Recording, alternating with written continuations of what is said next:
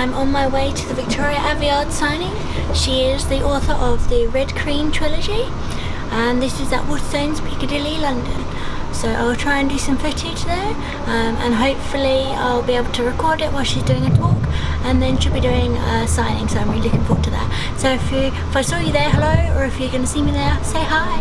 Bye.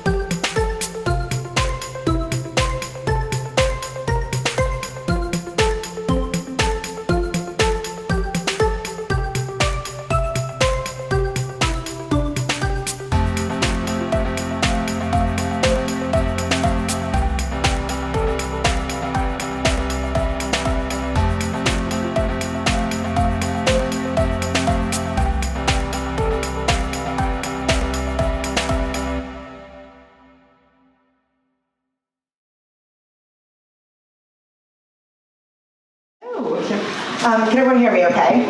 Okay, excellent.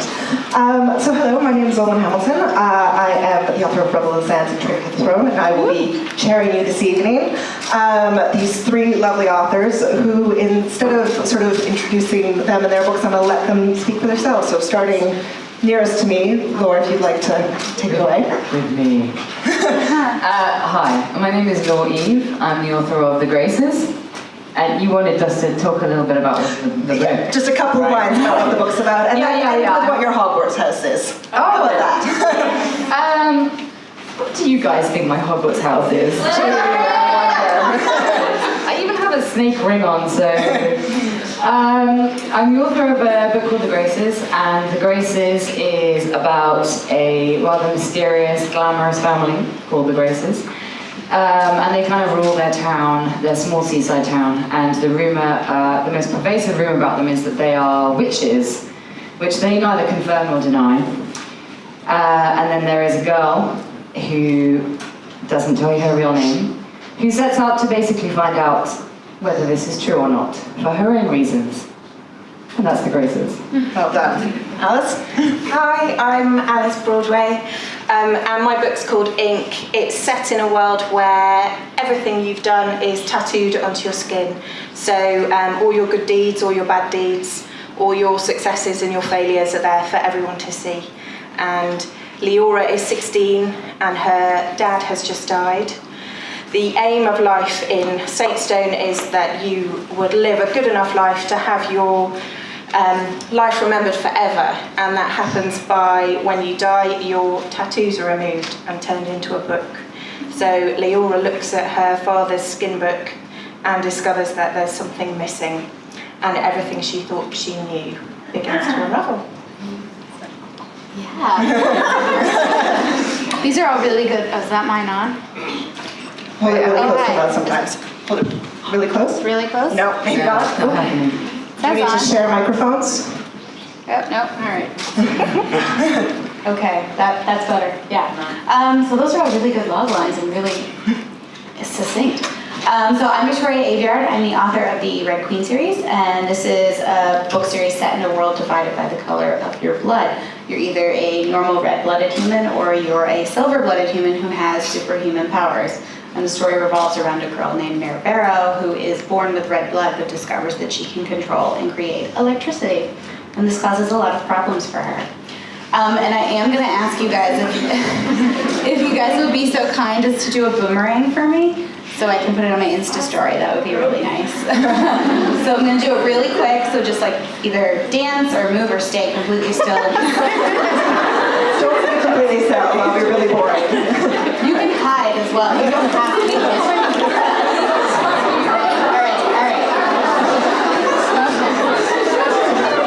Hush, children. 1, 2, 3. You all made it. Okay, great. Now that I've Well done, everyone. hijacked. Silence in the classroom, please. Okay, cool. Thank you very much, everyone. So, as you've heard, all 3 books have sort of quite interesting and unique and different. I hesitate to sort of call them magic systems or supernatural systems or belief systems, let's call them, for the purpose of not revealing spoilers. But they're all quite different. Victoria, let's start with you. Since you have a microphone. I remember vaguely, like a while ago, someone describing it as X-Men meets Game of Thrones. Was that sort of a source of inspiration, or how did you sort of come up with all the different powers, and where did the general sort of idea of the system of powers come from? The person who described it as Game of Thrones meets Hunger Games meets X-Men was probably me. Great. That's how I describe it. But where it came from, this is sort of a kitchen sink book for me. I threw in a lot of the stuff that I just love. And I love dynastic struggles, I love superhuman powers, and I love dystopian revolution. So I just kind of went for it. But it was really interesting figuring out, because the first instance of this book I had was I knew there was a girl who could make lightning, and I had to ask all these questions about, what kind of world is she living in and where this is possible and what has to be possible for her to be possible. So I started thinking about, the Silver Bloods and the division between them and the Reds, and I became, the superhuman abilities. It was really weird to kind of try and find new ways to do those, or at least do them in ways that didn't feel too X-Men-y. So, although Evangeline is pretty much just a Magneto with better clothes. I mean, there's no problem with that. Everyone likes Magneto. Yeah, but the struggle, but also the real fun of it was finding the new ways. And so did you sit down and make a list of I want people with this power, or did it come through as you wrote the plot and you're like, it'd be really great if someone was Magneto here? It was a little bit of both. Sometimes the characters informed the power, sometimes the power informed the character, and sometimes it was me making Excel sheets, so I just had these banks of powers and names as well that I could draw from when I needed something. The characters who I knew would be sort of wielding fire were the princes, because alongside all those other tonal references I have, I'm also a big fan of Pokemon. I would have gone Avatar: The Last Airbender for the... Yeah, I've never seen Avatar: The Last Airbender. Okay, well, we need to sort that out. Sorry. But yeah, and fire-type Pokemons are my favorite, so I really went with because at the same time, I also wanted something that was as destructive and symbolic as lightning, but something that was a little bit different for visual and symbolic fun. Oh, that's cool. And are there any powers we haven't seen yet? I'm almost done with the 4th book, so I'm thinking. There are some we have seen that get explained further. Okay, Yeah. cool. And Alice, my first question is, do you have any tattoos that you are able to tell us about in a PG setting? You don't have to show us right now. You don't have to show them, just tell us about them. I don't have any tattoos at all, so I feel like a total fraud really for writing a book all about tattoos. But it was gorgeous being able to research it and go and meet amazing artists and talk to people who their whole life is about the tattoos that they have on their body. And I felt like a real kind of grandma geek walking into this incredible studio and asking really stupid questions like, can you make it hurt more if you wanted to? And it was like, yeah, totally. Yeah, so it was fascinating finding out, and I'm really tempted to get one. What would you get? I just don't know. I'm tempted to go for, have you heard of kintsugi? Which is where, when ceramic is broken and it's mended with gold. Oh, yeah. And doing something similar on stretch marks, but I'm talking to an artist at the moment, and apparently it's quite tricky to do the gold. Well, you can't do gold, I don't think, so it'd have to be something else, but also healing on stretch marks. Right. And, you know, it would end up costing quite a lot of money because I've got quite a few stretch marks. It'd be a full body commitment. So where did it come from then, the idea to sort of use tattoos as the principal sort of belief system and thing that divides the marked from the unmarked and things like that? Where did that come from, if it's not from your abundance of secret tattoos under that outfit? I think it came from... I feel like we all have our own story that we want to tell, and I feel like stories are the thing that makes the world go round. And I think social media and stuff taps into our desire to tell our story.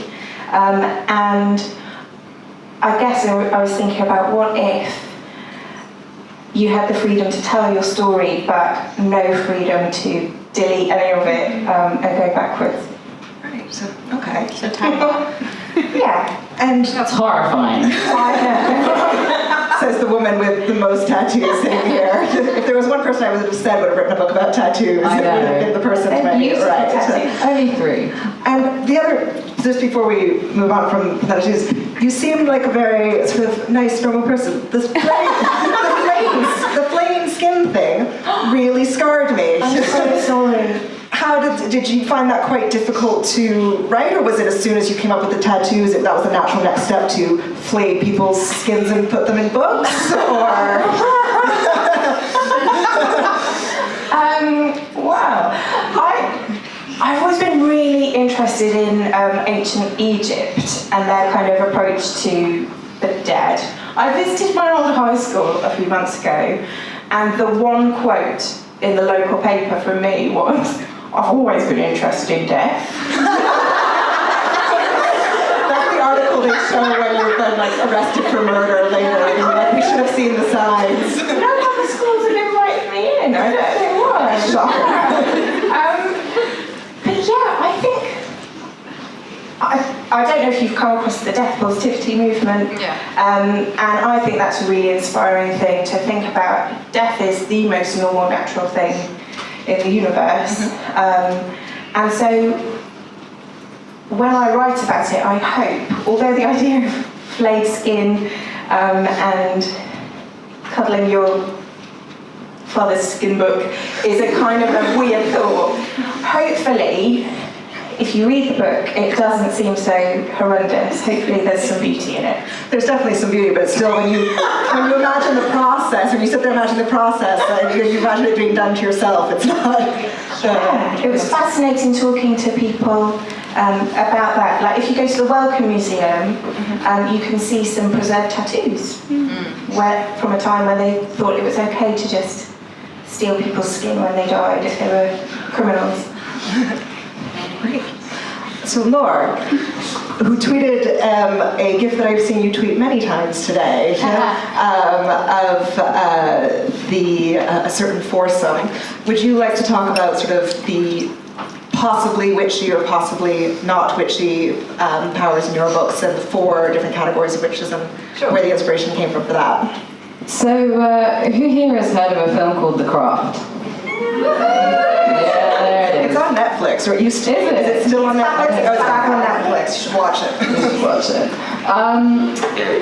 The Craft was a rather formative film for me when I was a teenager, and it was because it was the first film I saw that really talked about witchcraft in a very realistic way. And it was the first one that really presented it as something attainable, something that you just had to have the knowledge. You had to read the right books, and you had to know the right tools in order to create magic, and I found that profoundly attractive. And so it was an inspiration for the book, and it was also that I really enjoy the idea of attainable fantasy. So I set it in this world, and I used a kind of system that it kind of already exists in that it's based on elemental magic, which is very prevalent in religions like Wicca and paganism and all of those kinds of alternative religions, which I myself am very interested in and sort of grew up surrounded by. And so it was that elemental magic, the 4 sort of earth, air, fire, water, and the four corners and the four directions and all of that. So it's sort of I wanted to base it as much as I could on reality, so that it felt like it wasn't something that you had to, it wasn't a power that you had to sort of be born with, or just like lie around looking edible until somebody with a certain power bites you on the neck in order for you to attain. So it was more that I always found witchcraft fascinating, because for me it was the kind of power that was active rather than passive. If you want to be a witch, you have to go out and learn how to do it, and you have to want it really badly. And so it's based on desire and will. And desire and will are the two things I'm very interested in as story drivers. And you said, we were talking briefly about the four elements, and there's sort of a description in the book of what attributes belong to these four elements. Was that drawn specifically or directly from something, or did you sit down and think about it and make it up, and some of it's inspired by something? Yeah, I mean, well, the research that I did was basically, I didn't want it to be a kind of, I didn't want it to rip off actual Wicca, because that is a living, breathing religion that I felt like that was not really my place. But it is definitely based on symbolism and established symbolism from those kinds of religions, from paganism, and that's where my research went, into paganism, and sort of old sort of druidic and elemental symbolism, and so, you know, certain animals, certain colours, certain things. So it is a little bit of a mishmash. I didn't do it specifically exactly the same way. But I took the research that I did and I kind of retrofitted it to what I wanted to be in the story. And did you write the Graces after having figured out the powers, or before? Good question. After, I think the research came in the middle, because it wasn't that started the story. The story was that I wanted to tell. I wanted to tell a story from the viewpoint of a rather unreliable narrator, and I wanted it to be somebody that you didn't necessarily like, but that you definitely understood. And so she was really the beginning of the story. And then the Graces themselves as a family, and all the sort of mythology that hangs around them, that came later as I progressed into the story, because you're always seeing everything through her eyes, not the Graces. You see the way that she sees them. You see the way that she sees everything. So that came later. So just talking about your worlds, so two of you have said it in versions of our real world, and then Alice, you've said it in sort of something that resembles and is echoes of our world, but isn't our world. So you talked about attainable magic just now. Was that a driver for setting it in our world? So we're going to back down this way now. Yes, of course, yeah. So I wanted it to feel as real as possible. I wanted it to feel like it could be something that you go out and do, which is what I really liked about things like the craft and things like practical magic, which was, it just felt like if you just knew the right words, it was right around the corner. You could find, that power for yourself and use it. That's why. And Victoria, yours is set in our world as well, a future destroyed, almost unrecognizable version of that. So what was that sort of reasoning versus setting it in a fantasy world or in the past or something like that? Right, so Red Queen, I call it the post-apocalyptic. Society has fallen and then reformed. I thought, not to give it a bit more weight, but just to sort of try and predict where we're going. I don't think any of us are going to evolve superpowers. It'd be super nice if we could, if that was the end game. Don't shatter my dreams of being really lightning. But something I've always been really, really interested in are the fantasy worlds of my favorite stories, particularly Lord of the Rings, and how there is sort of the underlying current in the Tolkien universe that this world of Middle-earth was our world, and pieces of it broke off and are no longer attainable, and pieces of it became the world we live in now. And it's just such a small nugget, but it always, the same as what you're saying, it makes it feel like it was that much closer to us, and it makes it feel like we could get there. I wouldn't necessarily want to live in these books, but I think it gives us an anchor. And then, of course, the dystopian setting in Red Queen is a little bit more like window dressing than it is commentary. But it was really fun for me to sort of sprinkle in the pieces of, well, this is this and this is this, and if you kind of break down the names, you can figure out where you are. The original first draft of Red Queen was a lot more dystopian in your face. There's a point where they step into an old cafe and she steps on a bunch of green plastic straws, and it's like, oh, it's a Starbucks. But if you know what you're looking for, you'll find it. And it's been just really fun for me to watch when readers start to figure out where the world is. Some people figure it out in the first, some in the second, and then when the third book was released and the map was in the front, I had a lot of people say, it looks like North America. And I think, gee, I wonder why. And Alice, did you have specific inspirations in sort of building this other world? You talked a little bit about ancient Egypt. Did you draw from lots of different parts of our world, or what was your thought in building this other society? Yeah, so in the world of Ink, there is a really strong faith system, and so I took a lot of inspiration from my own experience growing up in a fairly conservative religious faith group, and just the way that can really affect a whole community and a whole worldview. So for me, kind of setting it around a faith that was the most important thing in the community was really important. And within that, then there's mythology, there are fairy tales, there are goodies and baddies, and people you should be hoping to be like. Yeah, so it was probably a bit of a catharsis of writing it, yeah. Getting out of your system. Is it out now? Or is it going to be out in the 2 more books? Like, Teenage Angst is never fully out, is it? So, welcome to Why We Write YA. But yeah, the whole question of what do you do about your own faith, and how do you piece it together when you're told what to believe, that's definitely continued in the next 2 books. So just switching gears slightly, do you guys all remember what the first thing you ever wrote was? I bring this up because my mother found mine the other day, age 5, called The Tangle Monster. It was an epic work about a girl whose hair always got tangled when she fell asleep because a monster came and did it. I never figured out. It's absolutely That's a picture book, for sure. I mean, it literally is, because it's illustrated by my 5-year-old self in all its misspelled glory.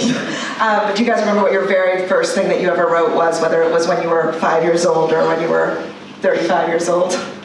I'm pretty sure it was about astronauts. Uh-huh. Yeah, but I've always had this is completely off the cuff because it's literally nothing to do with Graces, but I've always had a real thing for astrophysics and astronauts and space and all of that stuff, so I think it was probably something to do with some girl, let's call her Laura, going to space and being badass as an astronaut, right, and meeting like wibbly alien monsters or something. Yeah. How old would you have been? Yeah, 5 or 6. Okay, I nice. think I remember that quite well. Right. Yeah. Alice, what about you? I don't know about you, but I remember just writing anything and everything from when I could piece words together. But I do remember when I was about 7 or 8, writing a retelling of the Persephone story, which was based around a girl's birthday party. They played Hunt the Primrose, and the person who picked the primrose then went to the underworld and had to defeat death.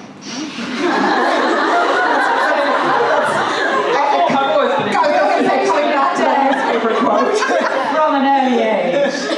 Who among us has not written that at the age of 7? For me, I'd always been a storyteller before I could write, and I would tell stories with my Barbies and my action figures and my friends, and then they would go home early. Like, fine, I don't need you. Yeah. I have Malibu Barbie. I think that the reason I started writing creatively is because I remember my brother, we had gotten the N64, and we had Legend of Zelda Ocarina of Time, and my brother would always play, but it's a 1-player game, so I was left out. So to let me feel like I was playing, which is total crap because I was the older sibling. They shouldn't have had to play this little like kid gloves thing with me. He would give me the guidebook and I would help him through the dungeons and the temples and I would look at all the maps. And I got really into the maps and I started drawing my own fictional maps and then I started thinking, well, what's happening in these places? Who lives there? Who lives in the city? Why does this river go this way? And the first narrative I can remember writing was of course written with crayon, and it was a princess. Her kingdom had been taken over. She was thrown in the dungeon. And she was there with her maid, who was her nanny, and she escaped. And the nanny immediately fell down and hit her head and died. And it was written from the princess's point of view, and she wrote, "Oh no, nanny has died. Now I'm asleep." Very pragmatic princess, right? And that was the end of it. Children have died. I mean, yes, yeah. So two of you guys have talked about how it sort of started off with your main characters, with Mare and quote-unquote River. Are your main characters your favorite characters to write for in general, or is there another character who every time you sort of get to write for them, you're like, yeah, you're my secret favorite child?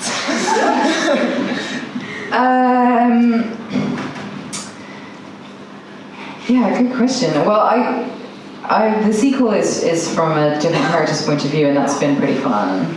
So it's from Summer. Can we say who? Yeah. Yeah, it's from Summer Grace's point of view. I said that I always definitely wanted to, if there was going to be a sequel, I would write it from another character's point of view, and it would be one of the Graces, so you could see what it was really like to be one of them. And Summer is. I was at an event once, I think it was in Holland or something, and I was reading the first chapter, and the first chapter describes what the Graces looks like, because River was obsessed with what they look like. And Summer has, she has dark hair, she's kind of gothy, and she wears ripped black trousers and lots of silver rings. And these girls, Would you like to stand up, Laure?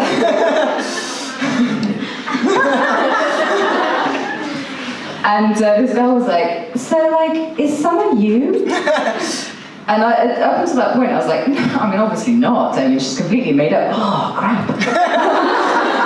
Maybe she is. But if she is, she's the girl that I would like to be. Because she's sort of the best of me in a way. I mean she's got her faults, but she's very courageous and pushy and interesting and sarcastic at the right times, at the point where someone says something and then you give them that flippant remark, not 2 hours later when you actually think of it, which is what I used to do. I'm like, damn it!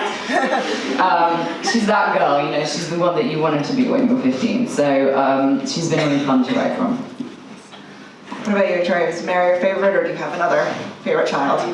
I love all my children equally. I'm sure you do. However, But if you had to say one in a However, something that's been really, really fun to do in the later books 3 and 4, is write from the POVs of other characters, including Mare. And one who I've really been, I loved her from the beginning, even though a lot of people didn't. And then when I got to sort of get deeper into her character, and I got to see readers really, really make a 180 and start calling her, sweet cinnamon roll, all those things. It was really fun to get into Evangeline's head and just kind of rip on people. She is unapologetic. And one of her key strengths, and I really admire this in people, are women who are out for themselves.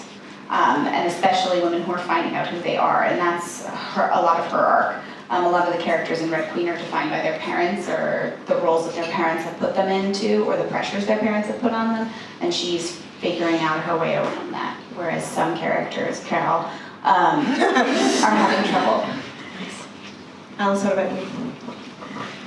In Ink, there is a character called Oval who is Laure's mentor. He's teaching her how to tattoo.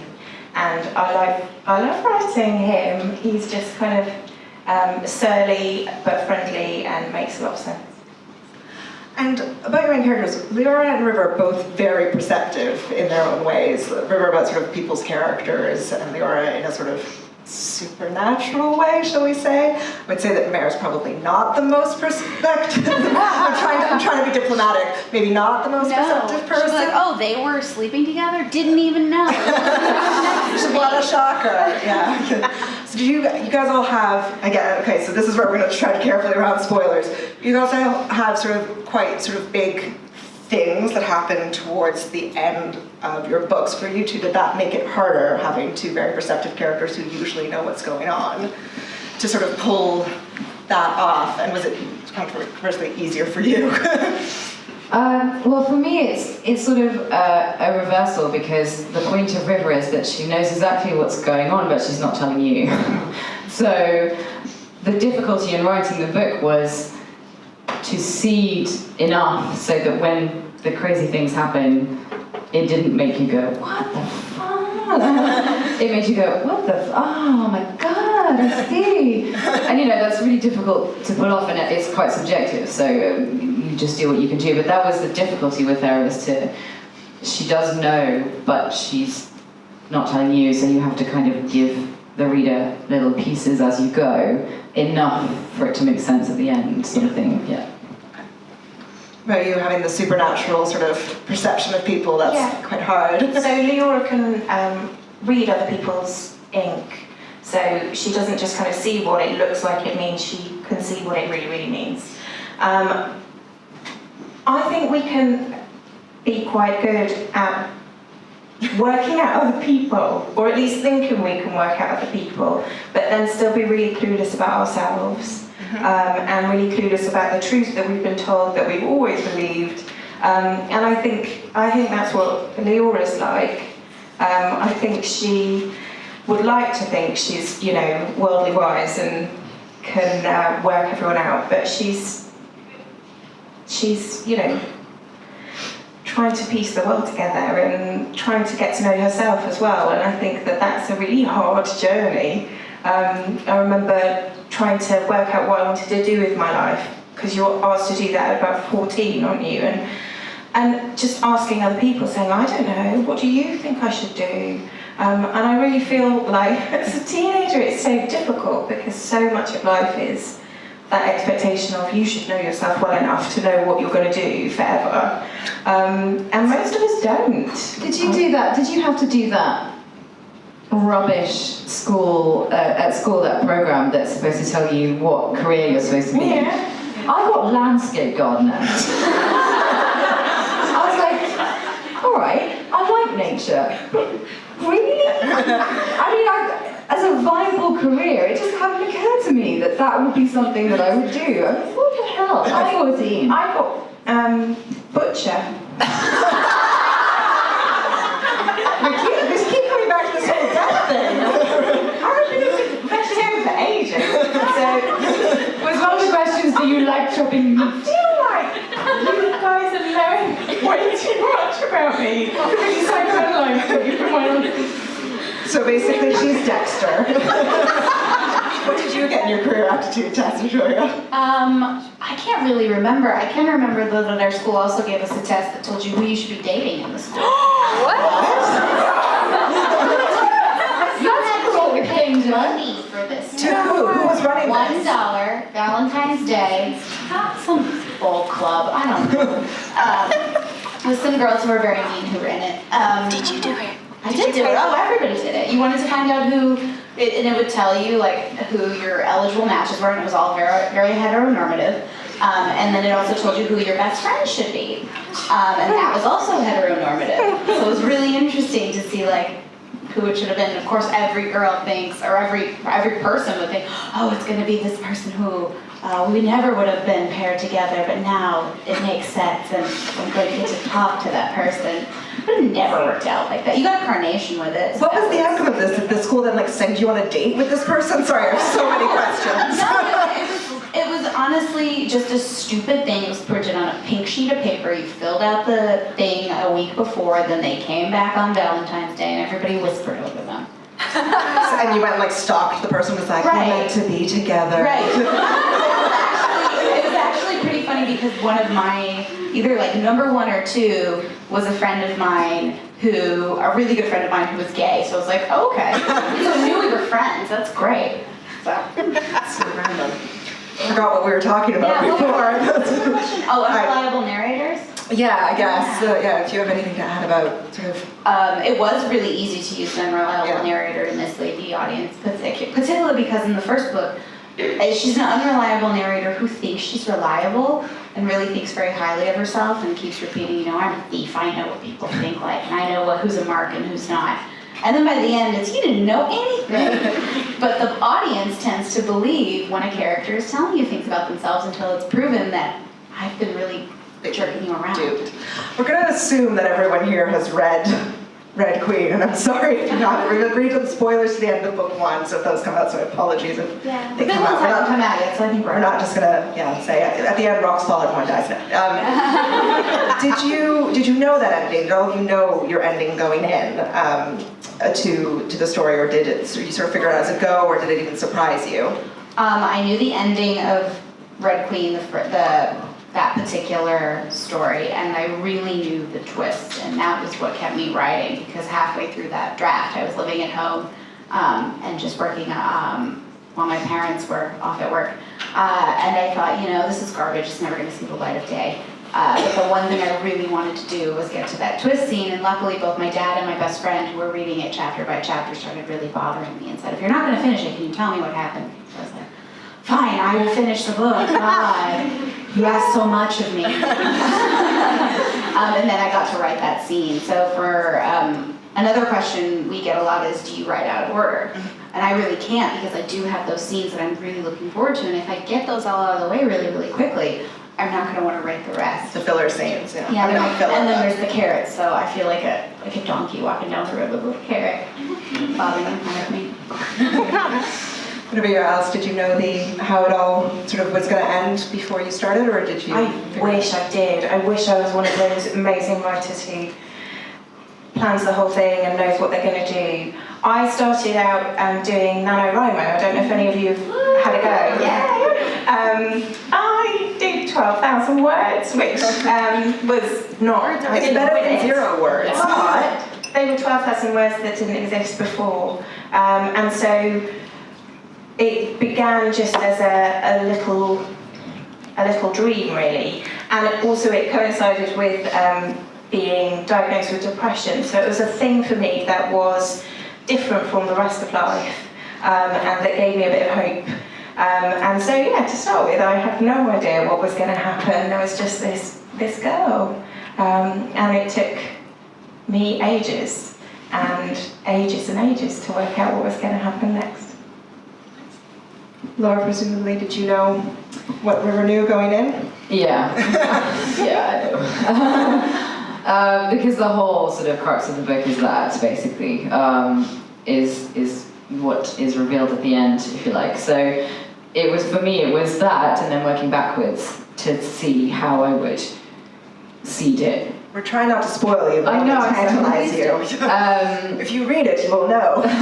To see how I would seed it in the way that I talked about before. But I have to say that's particular to this book, because it was that exact kind of book. I've written 2 books before this, and that didn't happen like that at all. It was because the whole thing spins around this character who is lying to you or keeping stuff from you. So that really dictates how you write it and what you choose to reveal and what you choose to keep away from the reader and all of that kind of thing. So it's very, it had to unfold in a certain way, and the difficulty of the book was how to unfold it. Okay. So coming back to sort of your other characters other than the main characters, Laura, yours fits sort of quite nicely into some unusual high school cliches, but high school sort of tropes nonetheless, but in a sort of good way, that they're the people that we all sort of kind of recognize, people you really wanted to be friends with in high school. Neither of your guys, Laura goes to school, but we don't see her very much there, and they don't have a high school. If you were imagining an alternate universe of your books, what do you think their high school cliches would be like? Would Cal be captain of the football team? Would Laura be captain of the chess club? What do you think? What is your AU in high school, sort of 80s American high school? Oh man. Yeah, Mare definitely has a leather jacket that she's beat up herself to look super cool. Nice. Cal's definitely a jock of some kind, but like the real border poet. Right. Is he also class president? Is he that person? Yeah, Or is he, he's also class president, and so like such a good guy. That's what everyone says about him, Yeah, he's such a good guy. And then when he runs off with the girl with the leather jacket, everyone's like, he was such a good guy. What a surprise.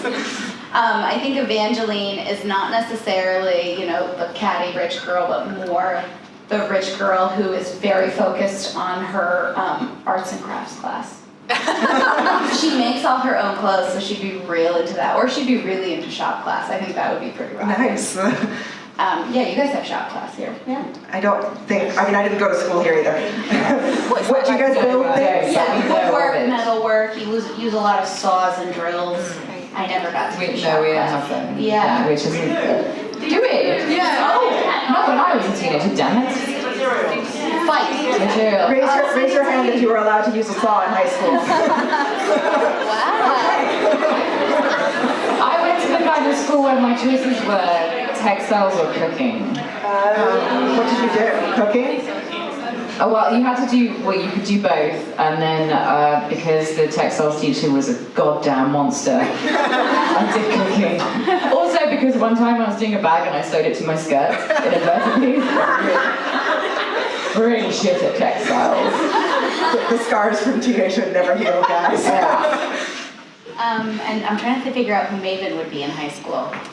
The loner skater at the back of the No, class. I don't think he'd be a skater because it would be futile to be a skater. Oh, right. I think he would probably be more like, if any of you have seen Riverdale.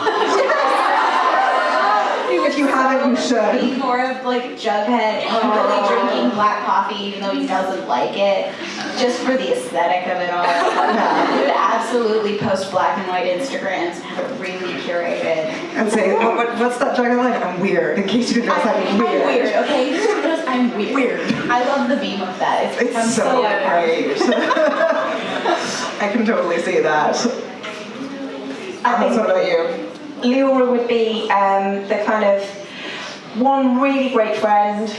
You'd find her in the library and she would avoid being in the yearbook so that no one would be able to look at it and remember her. She would just be way too embarrassed to be anywhere in anyone's memory. She would like to hide, and it's not autobiographical at all.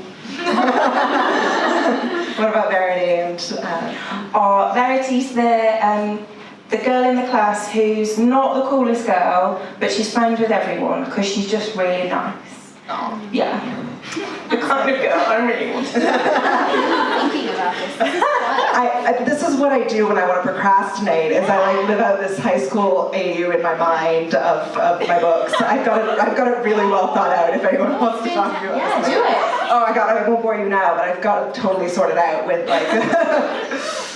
So Prince Ahmed would obviously be class president and some sort of jock and just like trying to solve like world hunger but from high school, and people are being like, you're a little bit young for this now.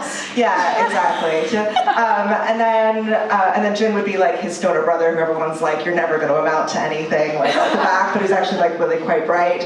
And then Shazad would just be like valedictorian, captain of like every single team that is out there, but also kind of like, and a cheerleader, but also like not a mean girl cheerleader. I've really thought this out. And then Amani is obviously the new girl in school. Yeah. That is the very brief version of it. Yeah, and then the Sultan is their principal. I worked this out. Yeah. Coming back to serious things, we've talked a little bit about all your different sort of female characters who aren't your main character, and they all have kind of quite contentious relationships, to say the least. River and Summer and Talia and Laure and Verity and Mare and Evangeline and Mare and her sister as well. Was there a thought of like how you guys wanted to approach female friendship, female relationships, or was it inspired by something in particular, or what was your thought sort of going into that? For me, it was like I just wanted to do complicated girls because I am one, and I know many of them. So it just felt more realistic to kind of, I don't know, Do you think complicated girls need female relationships in order to be their most complicated? I think they need all of the relationships, and oftentimes the most interesting ones are, because particularly with someone like River, who shall we say, puts people on a pedestal in some way. So, you know, if she has a crush on somebody, they can only ever be that particular thing, and then she gets rudely awakened. But with the other girls, there's a complexity there that I really enjoy about female friendships. And there was this weird thing where you could be in a friendship group, and it was this sort of curiously bitchy thing where it was kind of like a fluid prey thing where a load of people would become a pack for a minute. Do you know what I mean? Yeah. Like a load of girls would suddenly converge on one girl and tear them apart. And I find that really fascinating, because you can still be friends with the people that do that. And it's very interesting and complicated, and oftentimes away from the public, the relationship changes again.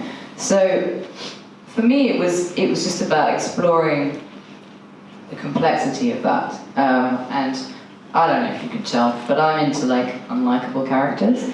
So for me, it's about that, and not necessarily doing the whole, we're best friends, don't we love each other so much, yay! You know, there's nothing to explore, there's no tension for me, and I'm interested in the tension. Totally. Yeah. For me, it was my friendships that were the most important to me when I was growing up. And I wanted to write about a really close friendship and a really good friendship that is really tested. And so what happens when you are a faithful friend, but actually you begin to think this is one step too far? Because I think those were the kind of tests while I was a teenager of love and betrayal. It was just me and my mates, working out how we could care for each other, how we could be faithful friends, at what point we would say no, enough is enough.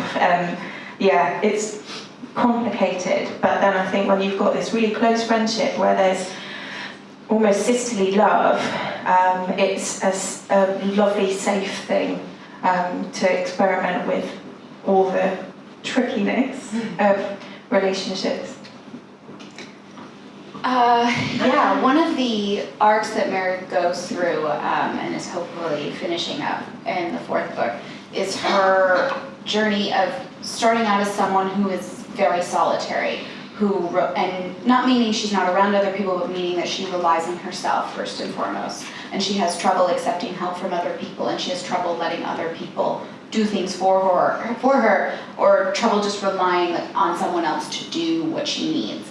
So in Red Queen, she has a really hard time, and she has contentious relationships with her sister and with Farley, but they're also hopefully a little more truthful, just because she does love her sister, and she's very clear about that. But of course, there are sibling rivalries, and to kind of gloss over that, I think would be a falsehood, at least in my experience.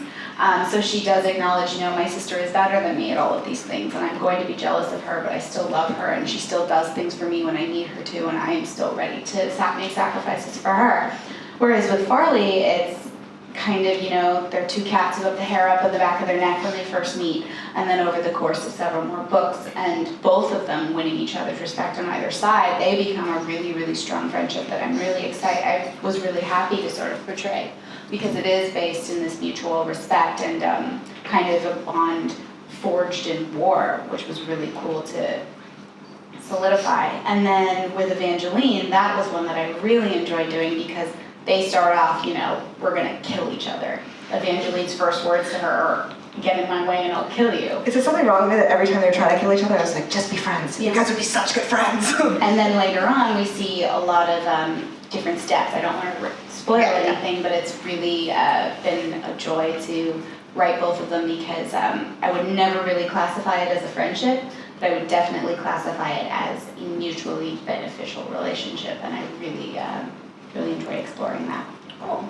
So I'm going to ask one last question, then we're going to open it up to you guys. So start thinking of your questions now, because if you don't have any, I will talk forever, and no one wants that. So, so just a really quick question. Laure, we don't know River's real name throughout, and there's lots of stuff clearly that's about the secondary characters in the Red Queen universe that is a little bit explored in the short stories and things like that. But for you, is there, first of all, are we going to know that name? And is there stuff that you guys know about your character that you don't think you're ever going to get a chance to put in the books or in any of the short stories or something like that you would like to reveal to us now, or that you would like, or that is going to be revealed in a future book that you would like to tease to us now? Something you know that we don't about a character or the world? That's a really good question. Thank you. I wish you told it before so I could think of a really great answer. Sorry. We were really busy. Don't worry, making drinks. So it's a question I get asked so much. What is River's real name? And honestly, I didn't think it would be that interesting for people. I just keep getting asked. I do know her name, and I now feel like I'm obligated to put it in the second book. So it is there at the moment in the current draft. But it's not like a pictogram. Yeah, it's not. It was never supposed to be deliberately an interesting name, because she chooses River very deliberately as a name because she wants to be somebody else, the kind of person that would have that kind of name. And so her own name is deliberately not like that.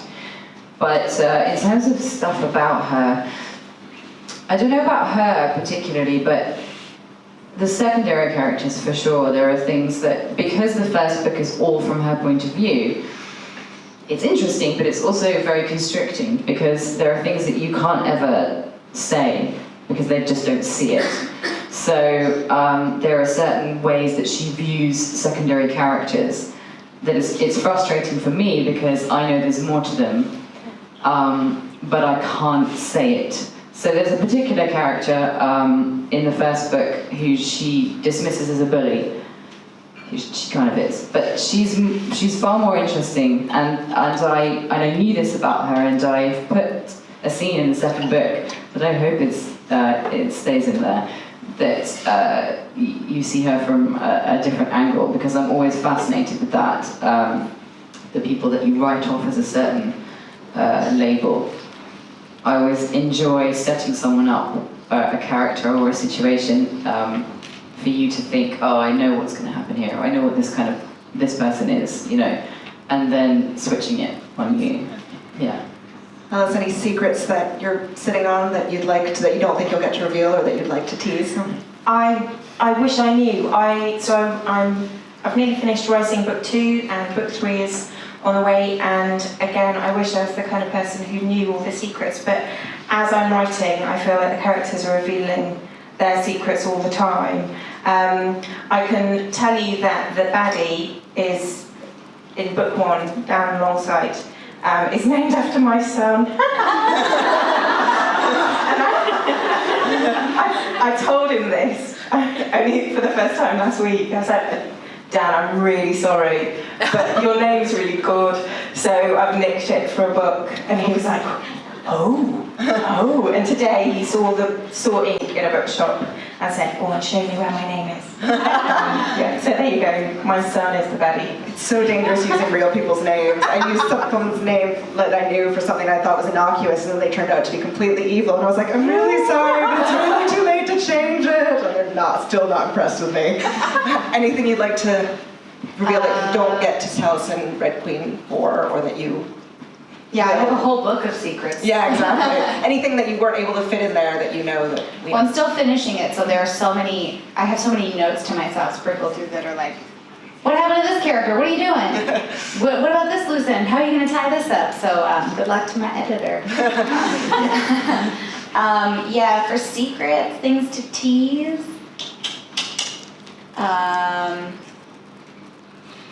Rocks fall, everyone dies. No.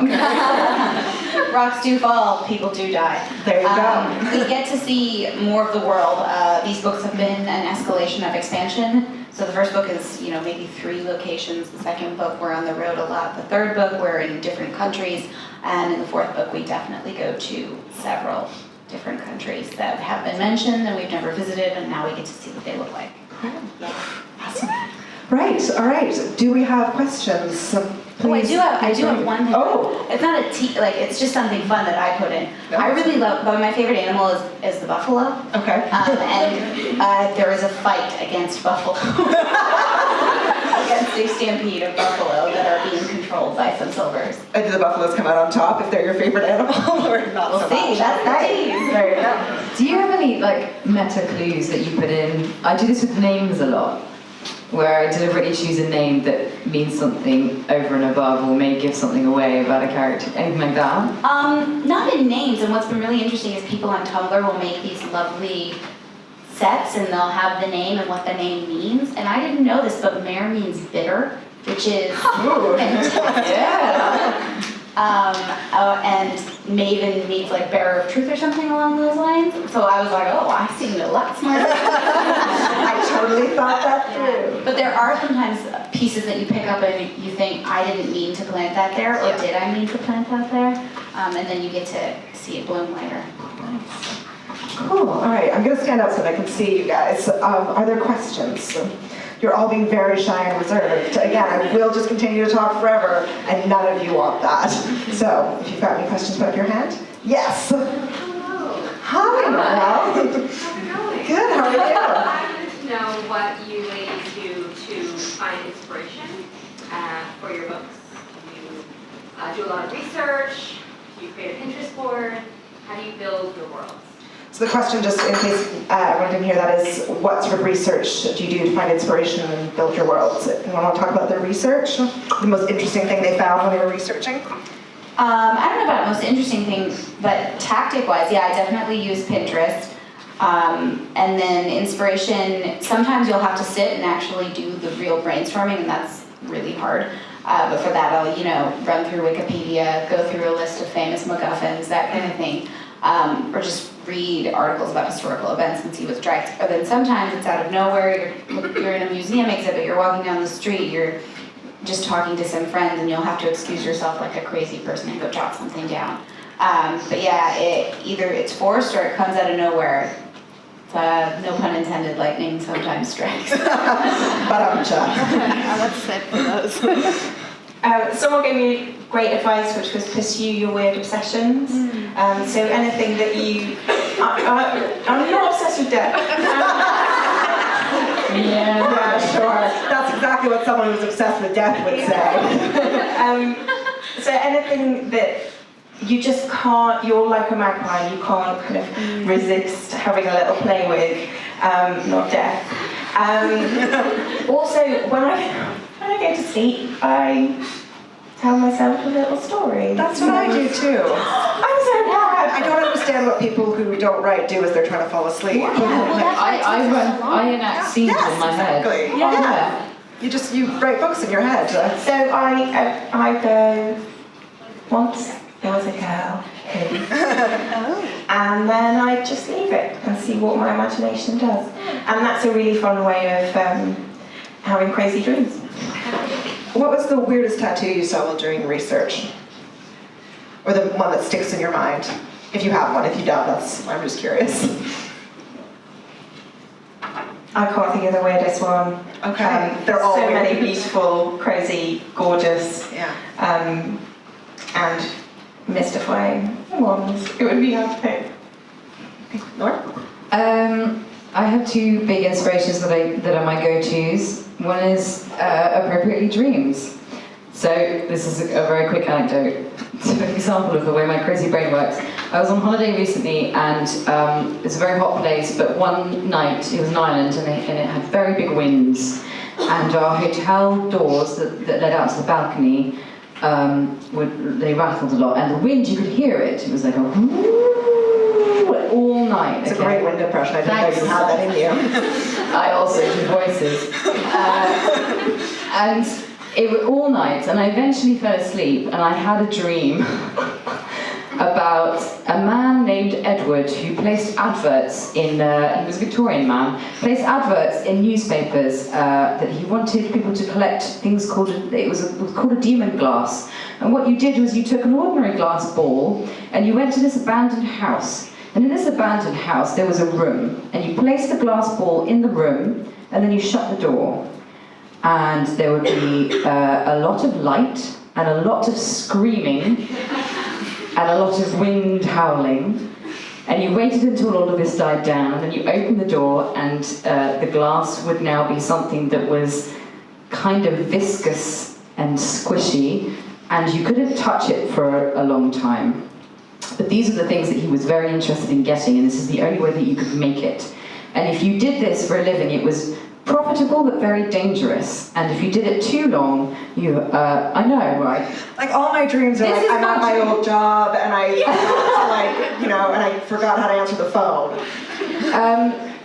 Yeah, so basically, my dreams, which are really strange, and also music. I'm a huge music fan, and I make playlists for each of my books, and I get an enormous amount of inspiration from music. There's a book that I'm toying with at the moment, it's completely different, and one of the scenes is literally a song, and it's a song that I love, and it's written to that song. It is about that song, it is that song.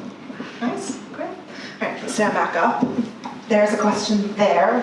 Actually, just that brought up like a really good point. Do you guys have songs that you think are your books, and like there's one song that is your book? Do you have a soundtrack or something that you like want to play over the trailer to the movie? Yeah, I have playlists that I make, and sometimes they're really helpful, and sometimes it's useful procrastination. For King's Cage, the song that was the real life song of the book to me was What Kind of Man by Florence and the Machine. And then for the final book, it's Wild Horses by Birdie, if you guys have heard either of those songs. And they aren't particularly spoilers, but just like the feel of it and parts of it are really integral to those books. We only have a few minutes, so not the whole playlist. No, don't worry, just one. I'm teasing you. Yeah, there's like a whole playlist, and I could go on about this for an hour. But anyway, there's one song that if there was a movie of The Graces, this would be the song to the opening scene, and it's called The Witch by The Cult. And when you play it, you'll see what I mean. Okay. Alice, what about you? Do you listen to music, or are you a write in silence girl? I can't listen to music while I write, but book 2, the song that I play if I'm struggling to kind of get my head into it is Alaska by Maggie Rogers. That kind of journeying and cold and yeah. Nice. Good. I'm sitting up. I feel like I'm at church, standing up, sitting down. Yes, right here. So, without giving spoilers away, there is a leader in the Red Queen series who is manipulative and evil. You can see where I'm going with this, can't you? Who, in a society that groups people as superior and inferior. I follow you on Twitter, so I know where this question is going. How's the recent climate helped with the fourth book? I don't think the recent climate has helped anyone produce anything. I think it has stopped us from producing creatively because we are glued to the tire fire that is our current political climate. I don't feel strongly about this at all.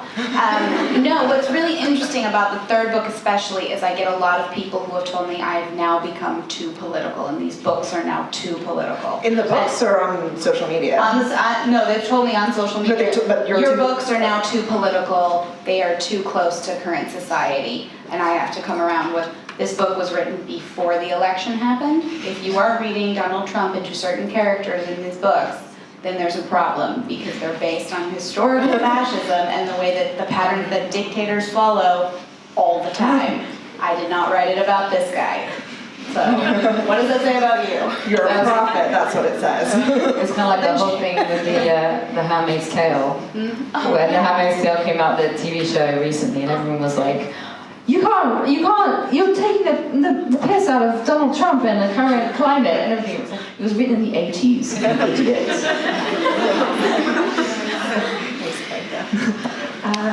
One more question. We've got time for one more. Just I saw your hand up first. This is for Victoria. I have a friend in Greece, and she texted me in a question because she's obsessed. And I'm just gonna translate. She wants to know the scene on the train with the prince and mayor. If it is inspired from a movie, a specific movie called Total Recall. Because she says it's exactly the same scene. I'm not sure which scene, because there's several with a prince and mayor on a train, and I've never seen Total Recall. They're being transferred in an area which is supposed to have. Oh, okay, yeah, now I got it. No, I've never seen Total Recall, which is horrible. But wow, all right, cool. There you go. I'm going to ask one more question to close it out just really quickly, and then if everyone just stays seated when we're done, then you'll get more directions in a minute. But if you can all tell us just in a few words what you are currently working on. I think we've sort of touched on it for everyone, but if we can just have a reminder of what you're working on and when it comes out, starting here. Well, I'm currently working on the sequel to Graces, which is called The Curses. Thanks, you guys. It's not coming out till next year. But I am also working on something else. And you know, it's that thing of the thing that you're working on that's like the next one. You're like, The book you're cheating on your book with? The Mistress? Yes. The Mistress book, yes. That one, you came up with a better pitch for this. It was like, it was like King Arthur on motorbikes in a kind of Blade Runner world. Yes, that is word for word what I said. No, that's what I said. I said Arthurian legend instead of King Arthur. Yeah, Arthurian legends in a Blade Runner. Tell me. Well, because you saying King Arthur made me think that it was a King Arthur retelling, and it's not, is it? No, it's inspired by these legends, but it's not. That's what you're working on. I'm doing edits for book 2, and I don't know. Am I allowed to tell them the title? Okay, you hear it here first. No one tweet it, just in case. The title of book 2 is Spark, and that will be out next February.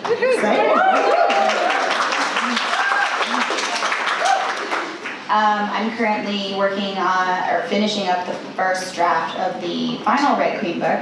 Am I allowed to say the title? No. I can't tell you the title. Red Queen 4, this time it's personal. Red Queen 4 with a vengeance. Yes. Yeah, so I can't tell you the title or the release date, but it'll be out in 2018. And then I've got some other stuff in the pipeline. I have a YA idea, an adult idea. They're both much heavier into the fantasy genre than the dystopian genre. And I'm really excited to get to play in some new sandboxes, and I hope you guys will come with me.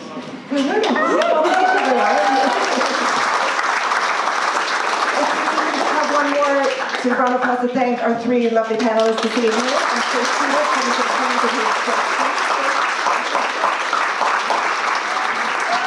And thank you, Alwyn, for moderating.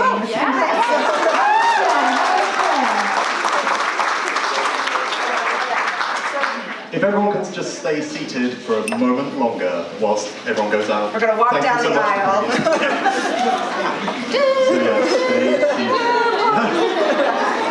Yeah, we're married. This is the end for all. What's the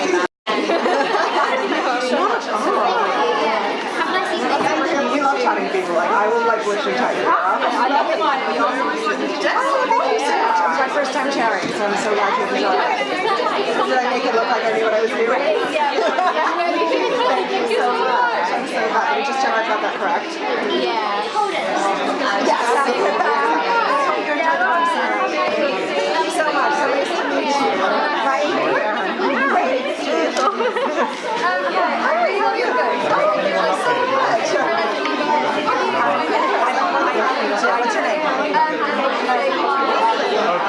So we've had no one else so far. I'll ask down the line.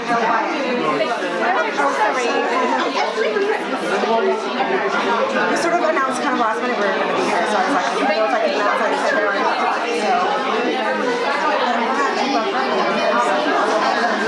have you seen the cover for the third book yet? I've got it up on Twitter. So I can find it. I can brag about them, but I had nothing to do with them. Do you know what I mean? Like I What do you think?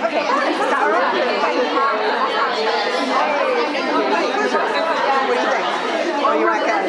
Do you like it? Because I love love it. I had nothing to do with it, which is why I can be like, isn't it amazing? That was the cover for the third one. Yeah, so it matches up. Is it the same person that designed it? Yeah, his name is Will Steele, which I love because he sounds like a superhero. And they just showed it to me and they're like, any comments? And I'm like, it's amazing! I'm like, I should have smarter comments than that. I should be like, the perspective, I have nothing. I'm like, it's so pretty. Off the cuff. The very first time I actually got summoned into my publisher's office to see that it was with the first book, but they were like, they handed it to me and I did this. I was like a child. I was like, shiny.